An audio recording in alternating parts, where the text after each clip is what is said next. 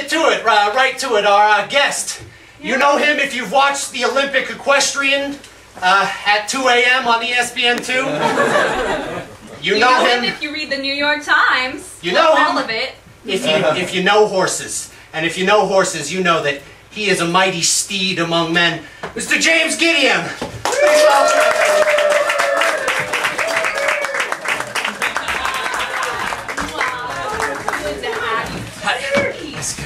Hello. Hi. Sorry, I get a little locked in. Thank God that they're not going to put me down, huh? No one's going to shoot me in the back of the stable. Kind of a reverse cowgirl thing you got going on. I don't know what that means, but thank you. No problem. So, Mr. Gideon. James. Jimmy. You have about you a sort of rugged masculinity.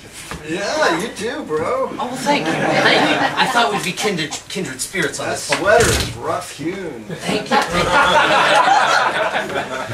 But what is it like, a man of your caliber and quality in the world today, with the bread makers of Twitter? Excuse me, I'm feeling a lot of blue smoke being blown up my wazoo.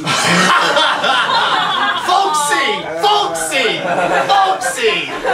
Love it! Yeah. Oh. Sorry, what was your question? Oh, never mind. It was just...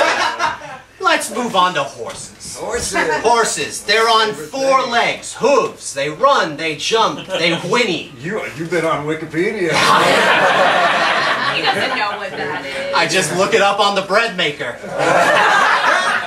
But my point is, horses are magnificent creatures. Absolutely. What first attracted you to horses, though? Oh, well, it was basically I had kind of not a very pleasant home life. I rode horses in high school.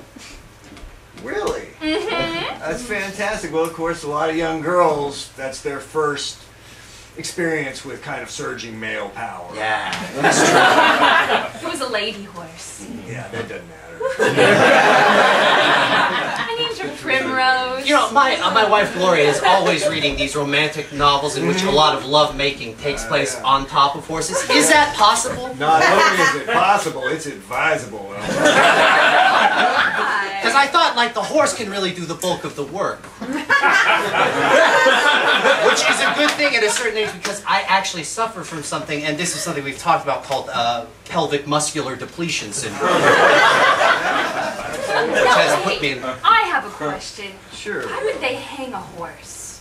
Why would they hang a horse? Yeah. Well, I've never heard that. They hang horse thieves. No, why? But you know, he was hung like a horse. How did they do that to a horse? Yeah, that's different. This goes back to, well, this actually harkens back to every single question you guys have asked.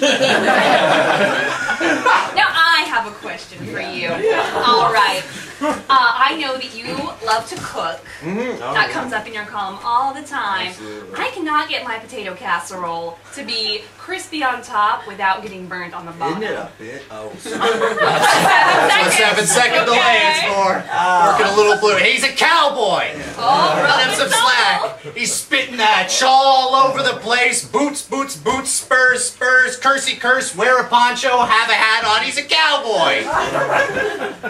So you maybe did not go to Wikipedia for the cowboy. The casserole. I hear what you're saying, Lorelai, and really in my experience, it's just a question of if you're making it with sufficient love, if you're paying enough attention. And I'm not suggesting you're incapable of that, but you're a busy woman. Oh, come now. No, Maybe if you made the casserole on a horse, I don't personally while the make it. surging male power was running through your thighs. I don't personally make the casseroles. I was asking for my cook, Rita. Oh, all right.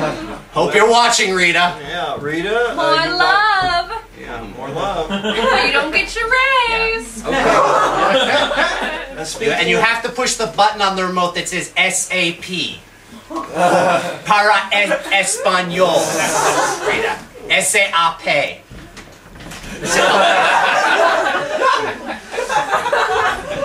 Well, I mean, I'm as you know, I work with horses, and I'm good with motivating them. And I I just want to remark that you may be threatening Rita with... Oh no, it's just our little joke we have. Rita knows I'm not going to give her a raise. Not in this economy. Jay, you were saying before the show that you are actually quite the horseman yourself, that you used to do it in college. We should go riding sometime, Jay. I'm not that good. Oh no. Why don't you guys come up here? You know what? We're going to take a little break. When we come back, Jay and James are going to compare technique. It's going to be scintillating television. All right. Coming up soon on Rise and Shine. All right. If you don't mind, could you guys just entertain James, and I'll just work this one out. I'm a really big fan. Oh, So then I see you. Thank you. Call him all the time. Oh, thank you. It's nice of you to say. I wanna be- Do you write English or what? Both. Really? That's unusual. Yeah. That's unusual. To be an unusual man.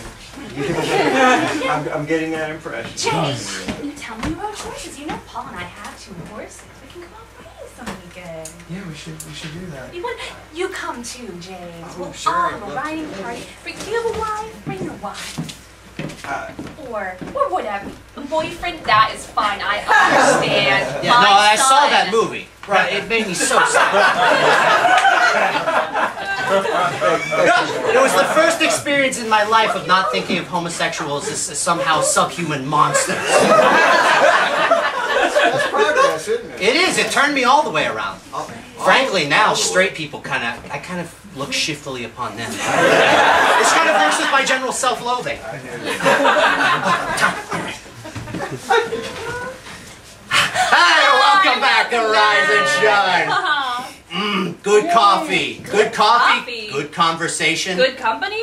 And now we're going to learn about good writing technique. Yeah. Because James and Jay are going to show us just a little something. Come on, Jay. Not necessary. Come on. Come on, Jay. Come on, It's Jay. All right. Let's see what we got. Yeah. All right, Jay. Well, as an experienced rider, you know that the main thing is to match your surging male power with the horse's surging male power. So, I find Come on. removing the hands for a while. Oh, come on, Jay. Okay. Come on. You okay? What's with the chair? There's something wrong with the chair. There's something wrong with the chair. It's a poor Surge. surge. Male power. Surge. Surge your male power. Sir! Camper! That never happens, I promise. Not. We would have to shoot that chair. That was absolutely beautiful. I don't know how I was so wrong for so many years. Yeah, but you should come too when we all go horse riding.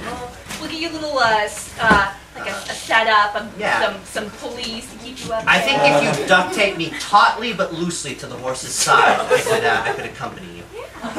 Well, maybe you might want to bring a special someone, though, so you can let the horse do the work.